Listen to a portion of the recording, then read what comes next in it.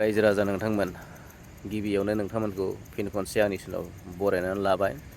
मानोना दिनैनि टेक्न'ल'जि आरो ग्लबेलाइजेसननि मुगायाव जायफोर गोरों बेक्ति, जायफोर माने टेलेन्टेड, जायफोर माने सुजुगिरि, बिजिरगिरि, सान्थौगिरि, फोरोंगुरु, जायफोर माने बिथांमोना मेलेमजिबि बिथांमोना दिनै बर'निफ्राय नायल' जाल' सासे आरो रायजो सभायाव जे MP मोनबाय मानाव गेदेर प्रमद बर'आ। बेखौ दिनै गोबां मेलेमजिबिफ्रानो, सान्थौगिरि, साननो हानाय, बिजिरनो हानाय, बुजिनो गोरों दिनै बेक्तिफ्रा दिनै बरायदों रायजो राजा नोंथांमोन। दिनै लोब लोब बरायदों, आर'नाइ सोदों रायजो राजा नोंथांमोन। मानोना BTC काउन्सिलनिख्रुइ रायजो सभानि MPआ बयनिख्रुइ गोनांसिन आरो दरखारसिन रायजो राजा नोंथांमोन। नोंथांमोना मोनथिखागौ लक सभायाव जोंहा सासे दङ, रायजो सभायाव दा जोंहा सानै जाबाय रायजो राजा नोंथांमोन। बियो दुलाराय बर' हारिनिनो, बर' जाथिनिनो एकदम गोग्गाथावना। आरो बिनिखायनो सैथोखौ जों सैथो होनना बुंनांगोन, नंगौखौ जों नंगौ होननानै बुंनांगोन। बेनिखायनो बयबो दिनै बरायदों, जों बरायनायखौ नुनो मोनदों। नाथाय मोनसे बाथ्रा, जेराव BTC काउन्सिलाव जाय सरकार सालायगासिनो दं मानाव गेदेर हाग्रामा महिलारिनि नेतृत्वआव दैदेननायाव, दिनै जों नुनो मोनदों हाग्रामा महिलारिया दिनैसिमबो राजखान्थि खालामगासिनो दं। दिनैसिमबो मानाव गेदेर प्रमद बर'आ दिल्लीयाव पार्लियामेन्टआव सासे रायजो सभानि MP जानानै थांबाय। बेखौ दिनै बिथाङा गनायनानै लानो हायाखै। दिनै जों बिथांनि खुगानिफ्राय बाख्नायनायखौ जों नुनो मोनाखै। दिनै बिथाङा राजखान्थि खालामदों आरो बे राजखान्थि खालामनायखायनो बिथाङा दिनै अपजिसन पार्टिखौ बाख्नायनो हायाखै। बर' जाथि हिसाबै बाख्नायनांगौमोन बिथाङा, एसे बर' जाथिनि हिसाबै। राजखान्थि हिसाबै दिनै बिथाङा बाख्नायाब्लाबो एसे बर' जाथि हिसाबै बिथाङा दिनै मानाव गेदेर प्रमद बर'खौ दिनै बाख्नायनांगौमोन। नाथाय दिनै जों नुनो मोनदों गोबां माने सोंखारिनाय नुनो मोनदों, नेवसिनाय नुनो मोनदों। रायजो राजाखौ माने रायजो राजानि सिगाङाव जाहाथे माने जेबो बेसेन गैया, जेबो ओंथि गैया, बेखौ रायजो राजानो दिनै बिथाङा मिथिहोनो, फोसावहोनो नाजागासिनो दं। मानोना बिथाङा राजखान्थि खालामदों, बिथाङा माने गारिनि सिन्था खालामदों, पावारनि सिन्था खालामदों, काउन्सिलनि सिन्था खालामदों, फैबाय थानाय 2000 मायथाइनि बिधान सभा इलेक्सननि सिन्था खालामदों। मानाव गेदेर हिमन्त बिश्व शर्माजों लोगो नांनानै NDA एलायन्स जानानै दिनै बिथाङा सिन्था खालामदों रायजो राजा नोंथांमोन। जायनि जाहोनाव बिथाङा दिनै मानाव गेदेर UPPLनि आफादगिरि, दैदेनगिरि, नेतृत्व जाय सालायगिरि, बिबानगिरि, दिनै बिथांखौ दिनै हारि हिसाबै, बर' हारि हिसाबै दिनै बाख्नायनो हायाखै रायजो राजा नोंथांमोन। बियो जोंनि थाखाय जोबोद दुखुनांथावना रायजो राजा नोंथांमोन। दिनै जोङो रुजुनानै नायनांगोन रायजो राजा नोंथांमोन, जों रुजुनांगोन। BTCखौ BPF पार्टि दोलोआ काउन्सिलखौ सालायबाय थादोंब्लाबो जों रेसपेक्ट होयो, जों मान होयो, जों गनायो, खिन्थु जों मानियो। नाथाय बिथांमोना राजखान्थि खालामनायखौ गारा रायजो राजा नोंथांमोन। नाथाय दिनै मोनसे समनिफ्राय, गोबां समनिफ्राय दिनै मानाव गेदेर प्रमद बर'आ फरायसा आफादाव थानायनिफ्राय लानानै दिनै राजखान्थियाव थानानैबो गोबां बर' हारिनि खामानि मावनायखौ नोंथांमोना नुनो मोनबोगासिनो दं आरो नुबोगासिनो दं।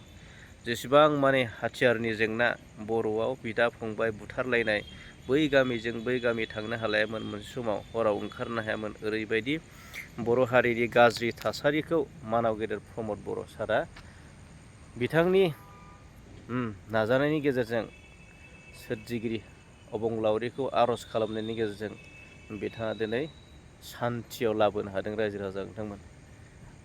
हारिया ओरैबायदि नासयजाबायमोन, ओरैबायदि गाख्रेबजाबायमोन, ओरैबायदि बुख्रेबजाबायमोन। मोनसे समाव NDFB दंमोन, BLT दंमोन, नङा होमबा? NDFजों BLTजों नायलायनो हायामोन, होसोलायनायमोन रायजो राजा नोंथांमोन। थ' बेफोरबायदि मोनसे बिराद गाज्रि थासारिमोन। फैयै फैयै बिथाङा एबसुआव आफादगिरि बिबान लानायनि उनाव बिथाङा ओरैबायदि खस्थ' खालामबाय, बोरै बे हारिखौ, बर' हारिखौ बोखांनो हागोन, बोरै बेबायदि जेंनानिफ्राय बोस्रांनो हागोन, बेबायदि मालायजों गाख्रेबजानाय, बुख्रबजानाय, गावथारजानाय, साजाय बुथारजानाय, बेफोरनिफ्राय बोरै बोखांनो हागोन। थ' बेखौ गोबां आफादगिरि, फरायसा आफादाव आफादगिरि बिबान लानानै गोबां खामानि मावदोंमोन। आरो बड'लेण्ड सोरजिनो थाखाय बिथाङा सेपारेट स्टेट, रायजो सोरजिनो थाखाय सरखारजों दावहा नांदोंमोन, जुद्ध नांदोंमोन। जोंनि मेगन सिगाङावनो बिथाङा नांदोंमोन।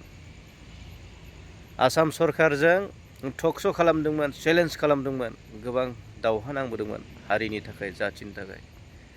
दिनै बिथांनि गोबां कन्ट्रिबिउसन दं रायजो राजा नोंथांमोन। नैबे BTRखौ लानानै बड'लेण्डनि सिङाव थानाय बर' रायजो राजाफोरखौ सान्थियाव लाखिनो थाखाय, बोथिसे गोजोनै ओंखाम मोनजाहोनो थाखाय, गाननाय जोमनायनिफ्राय लानानै साख्रि बाख्रि, फरायनाय फारफ्रोमबो बिथिंनिफ्राय जौगाहोनो थाखाय मेडिकेल कलेज, इन्जिनियारिं कलेज बायदि बायदि गोबां बिथिङाव इनफ्रास्ट्राकचार डेभेलप जौगाहोनो थाखाय बिथाङा गोबां खस्थ' खालामदोंमोन, गोबां नाजादोंमोन रायजो राजाफोर। बिथाङा मोनसे सिमां दंमोन, बे गिदिर सिमां, जाहाथे जोंनि बर' फिसाफोरखौबो, बर' लाइमोन सेंग्रा सिख्लाफोरखौबो IPS, UPSC, इन्जिनियारिं, डक्टर बायदि बायदि सोरजिनो बिथाङा गिदिर सिमां दंमोन रायजो राजा नोंथांमोन। आरो पावाराव फैनाय लोगो लोगो, थांनाय 5 बोसोराव बिथाङा पावाराव फैनाय लोगो लोगो BTCआव चिफ जानो मोननाय लोगो लोगो बिथाङा गिदिर थांखि हिसाबै बे बड'फा उपेन्द्रनाथ, जिथुनाखि बड'फा सुपार 50 मिसननि गेजेरजों, बिथांखिनि गेजेरजों बिथाङा हिउमेन रिसर्स, सुबुं धोन सम्पद सोरजिनायाव बिथाङा गोबां गोसो होदोंमोन, नांथाबदोंमोन रायजो राजा नोंथांमोन। इन्जिनियारिंनि थाखाय 50 जन, UPSCनि थाखाय 50 जन, APSCनि थाखाय 50 जन, इन्जिनियारिंनि थाखाय 50 जन, 200 जन गथ'फोरखौ बिथाङा दिल्लीयाव कचिं खालामदोंमोन, आसामाव कचिं खालामदोंमोन, फ्रि कचिं। मानोना बर' जाथियाव डक्टर, इन्जिनियारिं, IPS, UPS जोंनि गेजेरावबो जानांगौ, बेखौ सिमां नुनानै बिथाङा खालामनांगौ होननानै बे खामानिखौ गोबां नाजादोंमोन। थ' गोबां गिदिर गिदिर कन्ट्रिबिउसन दं रायजो राजा नोंथांमोन। नाथाय दिनैबो बिथांनि साननाय हनाया, बिथांनि सिमां, मिसन आरो भिजना दिनैसिमबो क्लियार रायजो राजा नोंथांमोन। बिनिखायनो जोङो जोंनि सरकारखौ, काउन्सिलखौ, फिसा मिनि बे काउन्सिलखौ दैदेननो थाखायबो जोंनो मोजां दैदेनगिरि नांगौ रायजो राजा नोंथांमोन। मोजां टेलेन्ट, मोजां गोरों, जोंनो मोजां साननाय हनाय, साननो गोरों, बुजिनो गोरों,